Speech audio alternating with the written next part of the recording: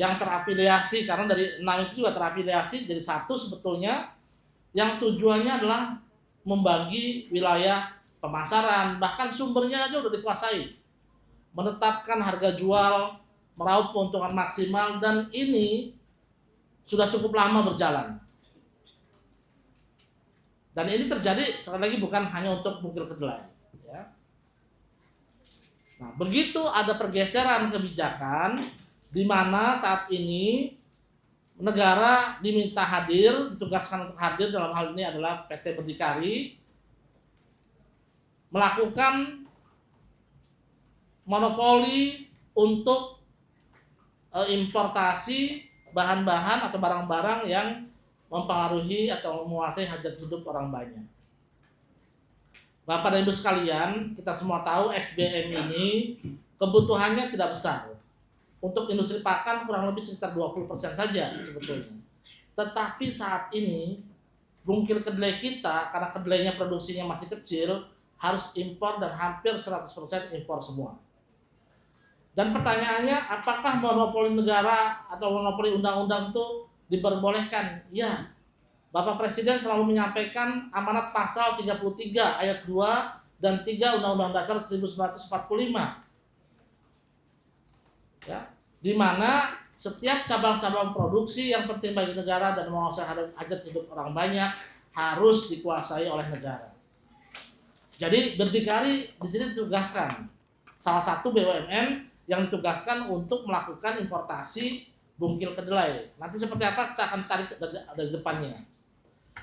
Dan dalam hukum persaingan usaha, monopoli BUMN ini dikecualikan dari sanksinya berdasarkan pasal 51 Undang-Undang Nomor 5 Tahun 1999 tentang larangan praktek monopoli dan persaingan usaha tidak sehat. Jadi monopoli oleh BUMN ini diperbolehkan selama diatur oleh undang-undang demi kepentingan masyarakat luas. Nah, inilah yang terjadi Bapak Ibu sekalian. Tujuannya apa? Untuk melindungi hajat hidup orang banyak tentunya. Siapakah itu? Para peternak kita, baik layer maupun broiler. Yang kedua, kestabilan harga, karena akan terbentuk single price sebetulnya. Pemerataan akses. Kemudian yang paling penting lagi, di bawah pemerintahan, di bawah pimpinan Bapak Menteri Pertanian Bapak Amran Sulaiman, beliau itu orang yang sangat anti impor. Kenapa sangat anti impor? Karena pangan itu adalah merupakan kedaulatan negara. Semua komoditas pertanian didorong untuk swasembada, bahkan sampai ekspor, surplus dan ekspor, yang kurang-kurang didorong, termasuk daging susu dan daging sapi dan susu. Daging kambing kita sudah kecil sekali impornya. Daging babi sampai sekarang kita sudah tidak impor lagi. Kenapa sih harus impor? Karena di dalam negeri kita punya ternak, kita punya peternak, apalagi kalau ngomong ayam dan telur. Nanti kalau telur kita ada unit pengolahan tepung telur atau frozen dan sebagainya, saya jamin kita akan stop impor tepung telur dan olahannya. Untuk apa? Agar dalam negeri ini terus tumbuh. Ya. Nah, jadi begitu nanti produksi kedelai dalam negeri muncul atau tumbuh, akan melakukan pengendalian dan pembatasan impor. Kalau sudah dipegang oleh BUMN, negara tinggal kayak keran buka tutup saja. Sekarang untuk padi, Bapak Menteri, kami setiap 5:30 sudah mulai bekerja, diberikan arahan-arahan. Bapak Menteri Pertanian menugaskan sekarang kalau tidak salah 10 juta hektar untuk menanam padi dengan pertanian modern AAS, di mana dari tadinya hanya 5,5 ton per hektar, sekarang bisa sampai 12 ton per hektar. Dan kalau itu terjadi, Bapak Ibu sekalian, pola tanamnya juga akan berubah. Tadinya mungkin padi yang IP-nya 3, sekarang nanti mungkin padi kedelai padi. Ya. Atau bahkan kalau mungkin udah besar banget ya bisa kedelainya 2 kali. Dan kalau itu terjadi, maka kita pasti akan stop itu yang namanya impor bungkil kedelai. Karena mungkin industrinya juga akan tumbuh juga di dalam negeri juga. Jadi inilah hakikatnya perubahan kebijakan impor bungkil kedelai ini. Nah, karena ada pola perubahan dari oligopoli kartel impor yang dikuasai oleh segelintir importir, ya, sekarang ada masa transisi ini, maka dibuatlah isu bermacam-macam. Saya kadang-kadang miris gitu ya, kalau dibuat di media, termasuk para peternak Pak Win. Itu sampai ngubungin saya berkali-kali. Kemarin ada Pak Atung minta call, ayo saya layani gitu loh. Kita ini pemerintah tuh nggak pengen peternaknya hancur tuh nggak mau gitu. Peternaknya nggak dapat pakan tuh nggak mau. Bahkan para feed mill di sini mungkin bosen juga di jam peternakan, direktur pakan minta tolong jangan naikin harga. Apa urusannya pemerintah nahan begitu Pak Win. Tapi saking kita tuh pro banget sama peternak itu. Nah, saat ini isunya terjadi kelangkaan SBM, ya, karena ada monopoli oleh BUMN. Nanti akan saya buka datanya, ya, jumlahnya juga berapa, kita punya tahu juga stok-stoknya. Kemudian yang kedua mahal karena kenaikan harga tidak wajar, stoknya nggak ada, harganya mahal, ada tadi langka barangnya, sengaja dihembus-hembuskan. Kemarin saya ada satu importir, saya bilang, Pak, tolonglah tobat Pak, saya bilang gitu. Saya ini kalau mau bisa saya stop tuh. Semua perizinan Bapak tuh bisa saya stop, saya bilang gitu. Kita tuh udah kurang baik apa sama Bapak. Hal-hal yang sebetulnya bisa kita ini kan pun kita kadang masih kita tahu lah ada kebutuhan dari ini, kita ayo masih kita berikan. Tapi kalau terus-terusan merongrong terus dan membuat kondisi penugasan ini gaduh, ya maka saya dengan segala kewenangan yang dimiliki daripada pusing terus, termasuk hari ini pun juga demam saya karena setiap hari dapat kiriman TikTok, kiriman WA, harga udah jatuh, mandi telur, turunkan menteri, bentuk apa namanya Kementerian Peternakan, itu kan apa gitu loh. Sekarang ayo cari solusinya. Kalau memang harga telur pengen naik, harga ayam pengen naik kan bukan begitu gitu. Termasuk banyak kontrak-kontrak yang saat ini jalan kemudian tidak bisa dilakukan karena barangnya nggak punya. Kalau memang terjadi seperti itu, ini kan ada yang dapat, ada yang sudah keluar, ada yang belum. Ya sudah segeralah kerjasama gitu. Ya kan jangan sampai kondisi begini semua ngotot-ngototan pengen untung sendiri, pengen menang sendiri, tidak mau berbagi, tidak mau bekerja sama. Termasuk di pakan juga.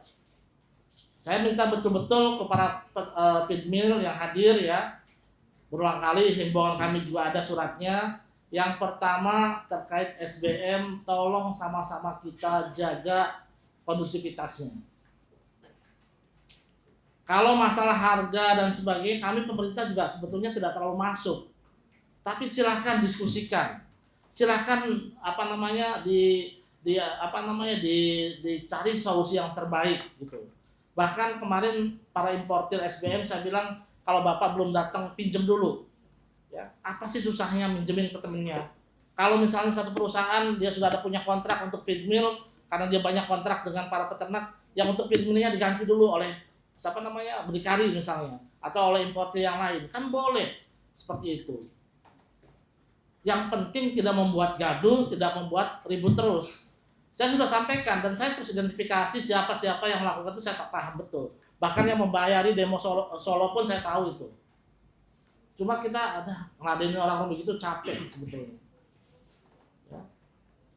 Kita betul-betul tulus membantu para peternak agar harga baik, agar kontinuitas penugasan nasional terus berlanjut, tidak ada penyakit, vaksin tersedia, pakan tersedia, dan sebagainya. Tapi kalau terus digoreng-goreng begini, udahlah kita impor aja dagingnya dari Brazil kalau begitu.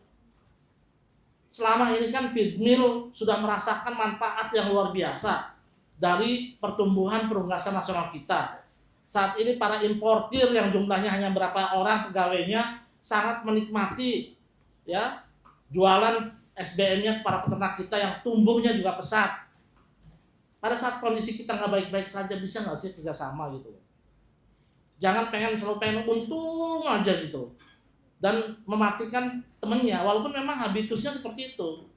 Nah kemarin saya sudah himbau Bapak Ibu semua, Pak Win dan teman-teman peternak, jadi kalau misalnya nanti ada yang seperti itu, tolonglah kita jaga ini rumah kita nih.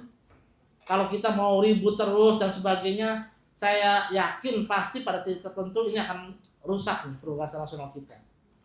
Dan itulah yang diinginkan oleh negara-negara lain, agar Indonesia impor daging ayam dari Brazil, impor telur dari mana-mana, ya, walaupun harganya mungkin lebih mahal dan sebagainya, dan kita memang jadi pasar. Sehingga kalau kita produksi banyak melimpah itu ya mereka nggak seneng. Bikinlah ulah macam-macam itu. Padahal saat ini kebijakan yang saya pahami sebagai dirjen bersama dengan teman-teman direktur dan seluruh jajaran ya seperti ini Bapak Ibu sekalian. Dan ini kebijakan nasional. Baik, jadi ini gambaran umumnya. Coba langsung ke slide 2 Mas, pelan-pelan.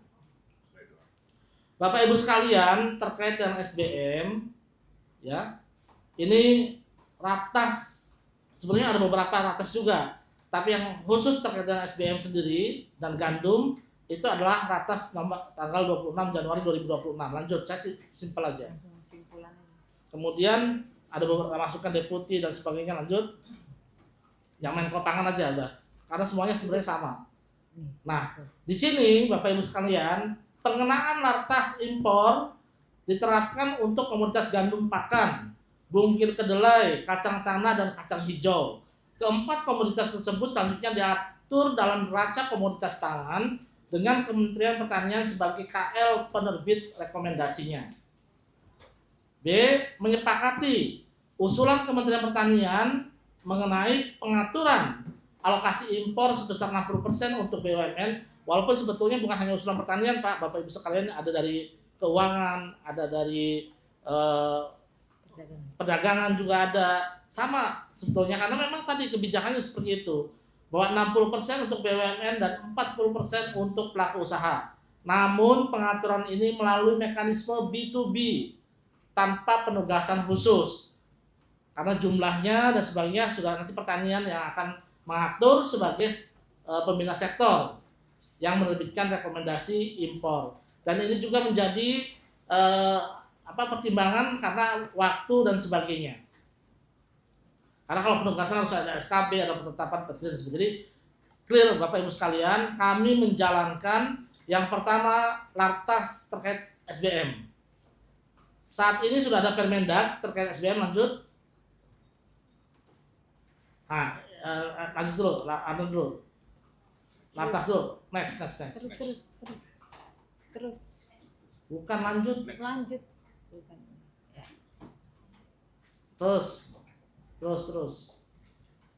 Nah ini Bapak Ibu sekalian, jadi berdasarkan rakortas tersebut, kemudian kementerian lembaga, ya, karena mekanisme pelarangan dan pembatasan atau lartas itu untuk komoditas gandum pakan, bungkil kedelai, kacang hijau, dan kacang tanah itu selanjutnya masuk dalam lartas dan ada Permendagnya. Prosesnya agak panjang sehingga baru bulan Mei. Lanjut. Nah, di sini Permendag nomor 11 tahun 2026. Di mana bungkil kedelai ini masuk dalam kategori pelarangan dan pembatasan. Artinya apa? Yang selama ini hanya terbit rekomnya saja dari pertanian terus langsung dapat impor, sehingga biasanya kita tuh tutup mata lah, barangnya mau datang baru ngajuin rekomnya kita terbitin, ya. Bukan demoret, kita selalu terbitin lah. Kita udah baik sekali sebetulnya sama bapak-bapak importer ini, ya, bapak ibu semua. Nah, sekarang lanjut coba di Permentan maupun di Permendagnya ada kalimat, oke, di pasal 2 ayat 2, pelaku usaha yang melakukan pemasukan wajib memiliki izin pemasukan dan SPPRK dalam kurung rekom sebelum bahan pakan asal tumbuhan ini masuk ke dalam daerah pabeanan. Ini jelas nih di Permentan maupun juga di Permendagnya. Pertanyaannya sekarang, beberapa importir yang masih tahan izinnya, itu barangnya sudah masuk ke pabeanan Pak Musbar. Saya sudah koordinasi juga sama teman-teman. Lah, ini sanksinya gimana? Selama ini kami tidak pernah, ibaratnya masih terlalu baik lah gitu. Begitu masuk Lartas dan ada pelanggaran, ini kalau kami masih ada pelanggaran aja kita masih udahlah perbaiki baik-baik gitu loh. Nah, begitu Lartas sebetulnya itu sudah sanksinya cukup berat. Jadi kalau dia barangnya udah nyampe, belum ada izinnya, itu wajib hukumnya itu harus direspon. Nah, selama ini karena kita terlalu baik di pertanian, dianggapnya dengan Lartas ini ya biasa aja gitu. Saya juga nggak ngerti gimana. Inilah yang dihembus-hembuskan bahwa izinnya nggak terbit, kemudian kena demorage, kemudian membuat kelangkaan, ya jelas kena demorage. Kalau kena demorage ya memang harus dimusnahkan, harus direekspor lagi gitu. Jadi saya kemarin bilang, tolonglah jangan menggunakan tangan-tangan peternak yang mohon maaf kurang paham juga, hanya karena diberi diskon, dibayar pula untuk demo dan sebagainya. Janganlah kayak gitu. Dan tolong juga para peternak juga paham betul.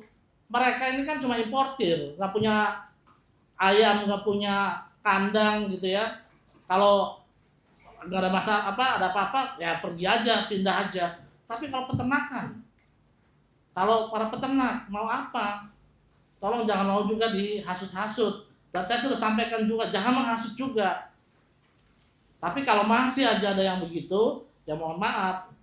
Ya kita tegas juga. Termasuk ini sambil melihat perkembangan di lapangan. Lanjut. Nah, Bapak Ibu sekalian, berdasarkan rekomendasi SBM yang sudah terbit per 7 Juli, untuk BUMN itu totalnya jumlahnya adalah 4,2 juta ton. Untuk importir lainnya ada 17. Nah, biasanya yang mau menguasai cuma 6 aja, sekarang ada 17. Ya. Ada 4,2 juta ton, 4,3. Jadi sebetulnya dan totalnya 4,5 juta ton. Kemudian ada beberapa yang terakhir kami tolak. Kenapa? Sudah cukup banyak jumlah SBM-nya, rekomendasinya. Padahal setiap tahun kebutuhan SBM kita paling tinggi hanya 6 juta. Berdasarkan data itu. Artinya setiap bulan itu fluktuatif kurang lebih 500.000 ton kebutuhan SBM-nya. Nah, ini sudah 8,5 juta ton. Ya. Ada nanti ada beberapa yang sebentar lagi akan datang dan sebagainya. Memang karena ada masa transisi dan ada hal-hal yang menjadi pertimbangan, ada beberapa importir yang tidak terbit izinnya. Tetapi juga ada importir yang sudah terbit izinnya juga dan jumlahnya juga besar juga. Jadi tidak ada alasan kalau next isu SBM itu langka. Nah, silakan dipoto dari 18 ini sudah terbit ya? Iya Pak, IPI-nya ya Pak. Ya PI-nya, ya. Dari 17 itu yang sudah terbit. Ini semua Pak, pokoknya semua yang. Ya semua lah, Nah, ya. ini semua yang kita udah kasih rekom kita. Ya, di sini ada silakan dipoto. Nanti silakan hubungi. Dan juga saya tidak mau ada ya tolonglah saling bantu ya dalam kondisi ini. Next. Nah, tadi dalam kondisi yang tidak baik-baik saja, janganlah rumah kita diuprak-uprak gitu ya, ini kan karena semakin gaduh ya semakin seneng Pak orang yang mau masukin daging ayam sama telur. Mau Pak Win kita kemasukan daging ayam sama telur, ya kan?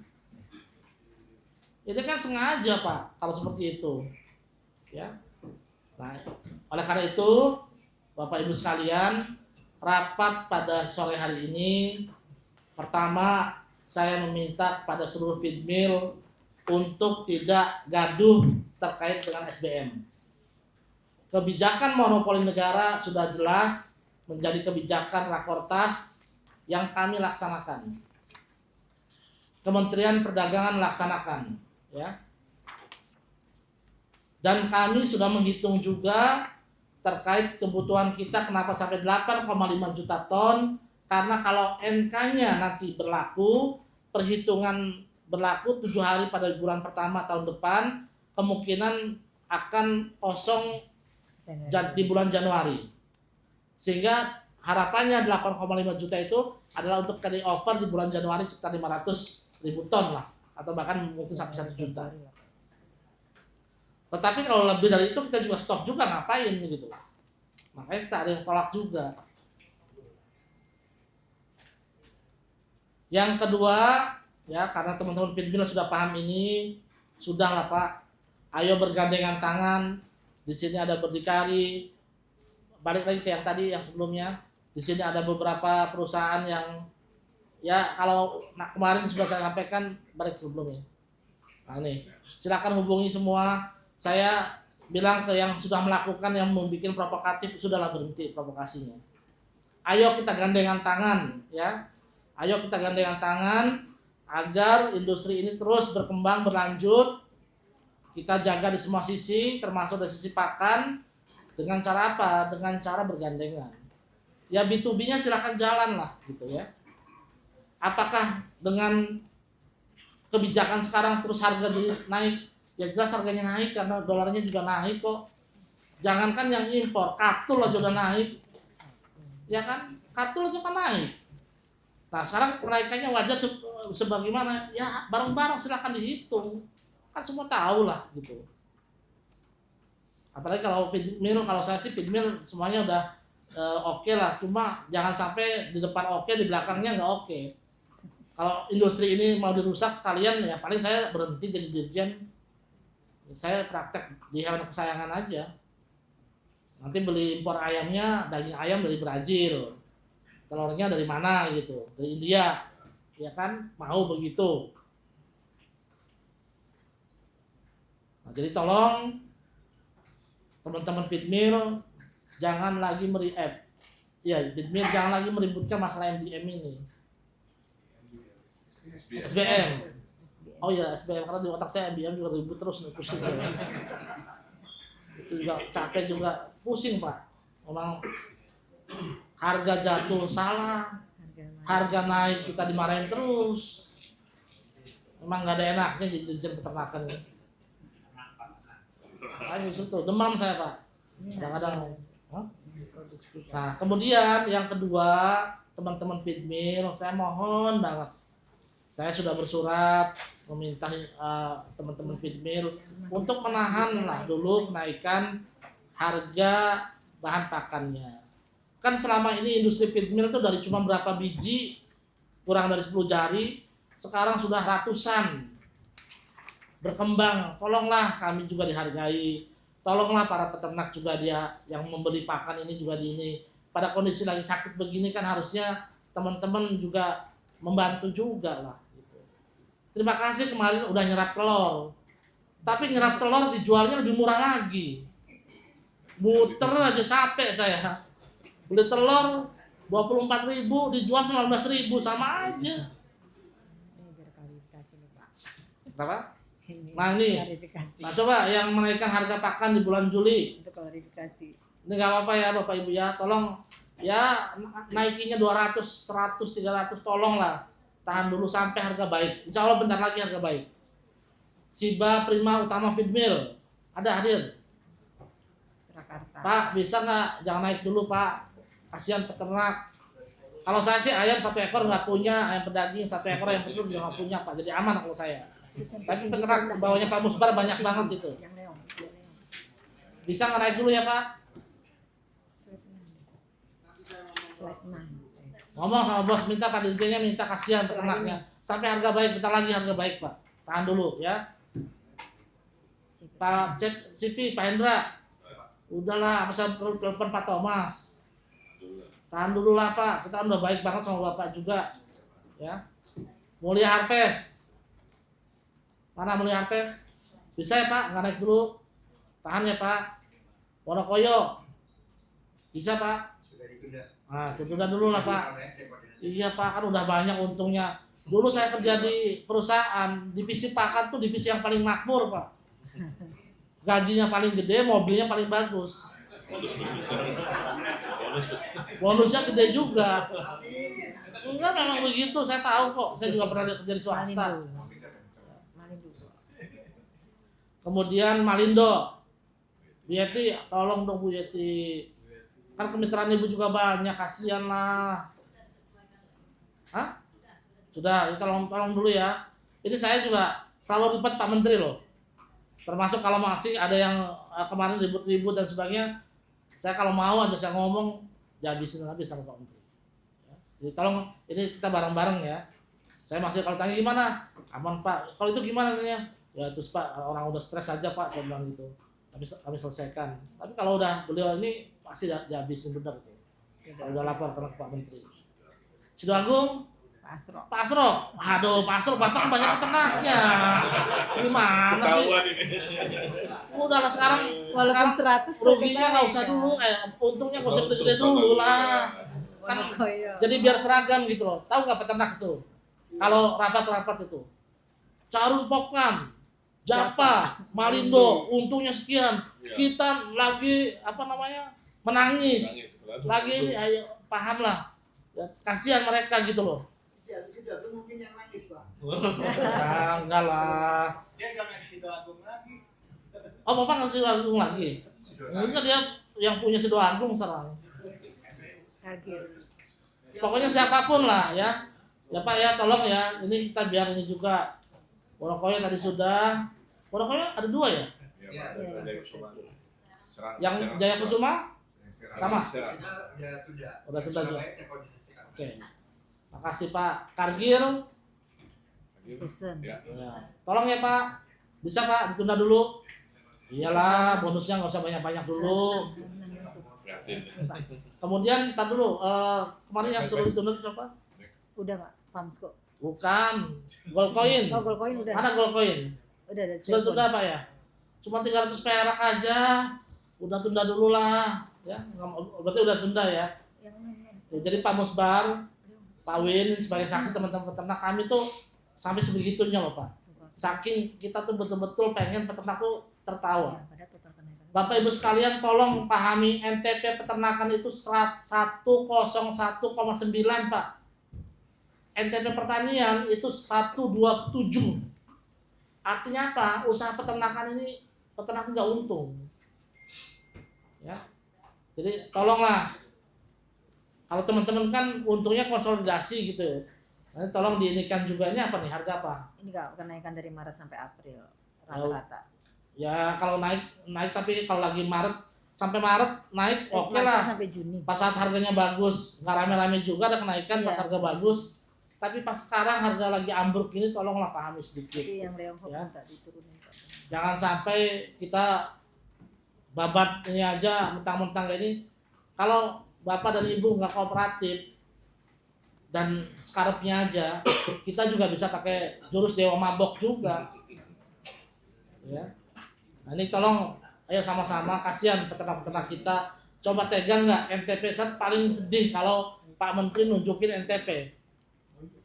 NTP rata-rata kita nasional untuk pertanian itu 127 Pak. Untuk perkebunan itu 1,3 berapa paling gede. Yang hortikultura juga 120-an. Peternakan 101 dari 1,103,8 sekarang 101,9. Turun di bulan Juni ini. Sedih gitu loh. Padahal kalau PMAS metode tanam yang akan jalan ini keuntungannya bisa 4 kali lipat, itu bisa 130-135 untuk pertanian itu, untuk tanaman pangan ya. Untuk peternak, teman-temannya Pak Win nangis mulu tuh. Saya juga kadang-kadang jangan-jangan BPS-nya salah tuh hitung. Sekali menang 3 kali menangis Pak. Iya betul Pak. Sampai saya bilang teman saya tuh kawal hitung betul tuh ke BPS-nya apakah benar jumlah yang dikeluarkan, jumlah yang didapat itu. Tapi ya logikanya benar juga pada saat harga ancur-ancuran NTP langsung turun Pak. 101 dari 103,9. Nah ini juga tolong nih teman-teman semua agar menjadi perhatian. Dan satu isu SBM tadi, yang kedua terkait dengan harga kenaikan, ya tolong dikondusifkan dulu ayo kita sama-sama dorong lah kenaikan harganya normal kembali. Dan saya bertekad di tanggal 15 Juli baik ayam maupun telur itu sudah mencapai harga-harga yang sudah disepakati. Leong Hap mana? Ya, hap. Pak bisa menyesuaikan ya harganya ya? Terlalu tinggi dunia. Terlalu tinggi tuh Bapak harganya. Ya. Sebenarnya kita juga nggak mau sih begini-begini, tapi kalau lihat datanya kan tinggi sekali Bapak nih. Kenaikannya sampai 1.000, 2.000, 1.800. Nanti kalau berdikari udah punya pabrik sendiri, harapannya jauh lebih murah. Kita akan segera bangun di luar Jawa sih, di beberapa titik. Baik, Bapak Ibu sekalian, ada lagi Bu Dir?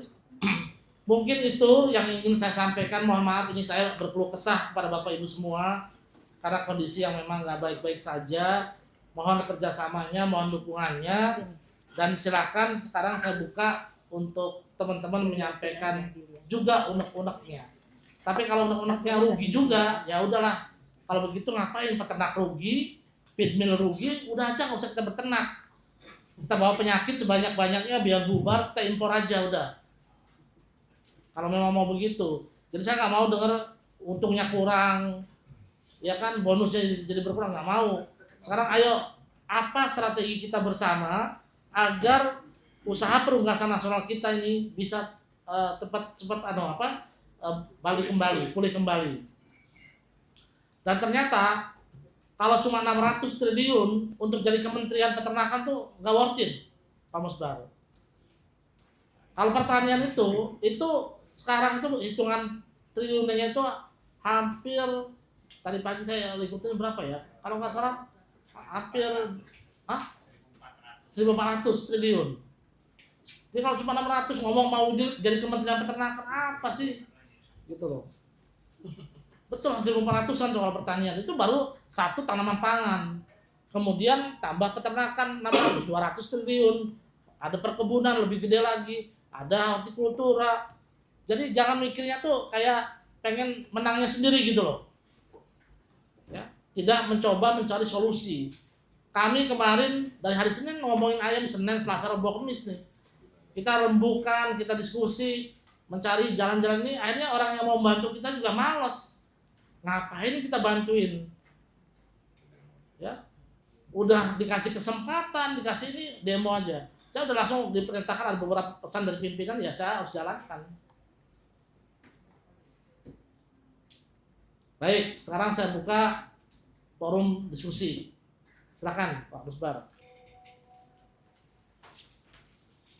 Baik, terima kasih Pak Dirjen. Nyalain Pak ini ya Pak, biar enak. Oh, nggak mau? Nah, colokan sebelahnya kali, kurang maju. Mas, ya. Soalnya telinga saya agak budek Pak, jadi Gabut. nih, nggak begitu kedengeran. Nah, udah, yuk. Terima kasih Pak Dirjen. Karena Bu Mela serta Pak Dirjen Pak Hari. Mungkin saya bicara agak kata-kata saya. Karena kemampuan Pak Dirjen sudah menyebut. Tetapi saya sangat apresiasi sekali dengan penjelasan Pak Dirjen di sini sehingga membuka wawasan kami sebagai pelaku komunitas nasional itu menjadi jelas ya, tahapan-tahapan regulasi, implementasi, kemacetannya di mana, celah di mana yang bisa dimanfaatkan untuk membuat keresahan sosial di bawah. Itu sangat membantu sekali. Cuma yang kedua adalah saya akan mensosialisasikan ini di forum think tank PLN kami yang sudah menyebar kemana-mana dan diikuti oleh pihak baik kementerian dan lembaga untuk mendudukkan permasalahan ini ada di mana.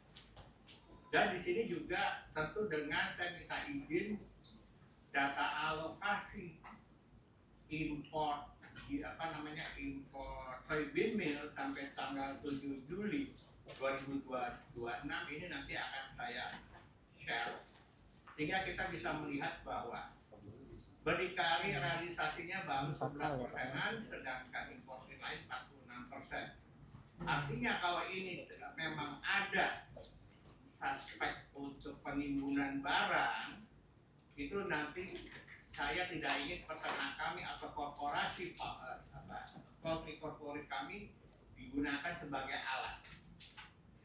Terus yang ketiga, dengan melihat dan diresmikan diketok palu asumsi RAPBN 2027 ditetapkan nilai tukar rupiah itu sekitar 16.8 sampai 17 rupiah, 17.500 per dolar US.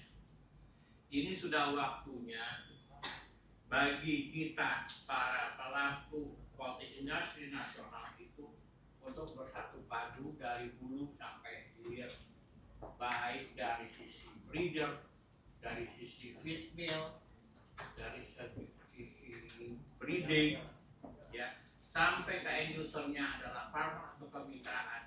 Mari kita bersatu untuk memperkuat sendi perundasan nasional kita yang sudah dirintis dari tahun 78 sampai sekarang.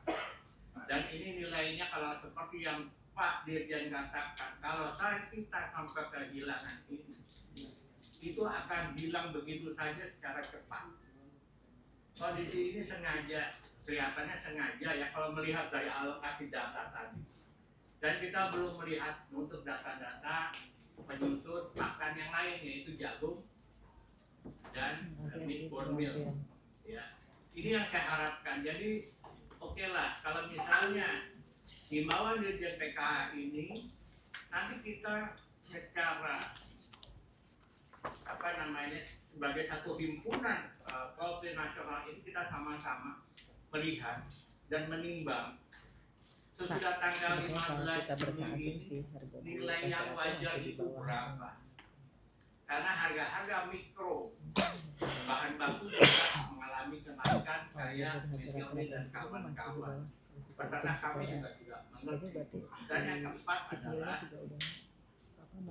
di antara ke depan ini, kalau ketersediaan jagung dan breeding mill itu ada dan diketahui itu berada, pakan konsentrat akan menjadi primadona kami nanti, bro. Dibanding pakan jadi, karena kami adanya SPHP. Yang kedua adalah adanya SBM, karena penggunaan SBM dalam pakan konsentrat yang dicampur oleh peternak kami baik sekitar 1-2%, itu akan menekan overhead cost per kilo pakan kami, sehingga daya jual telur itu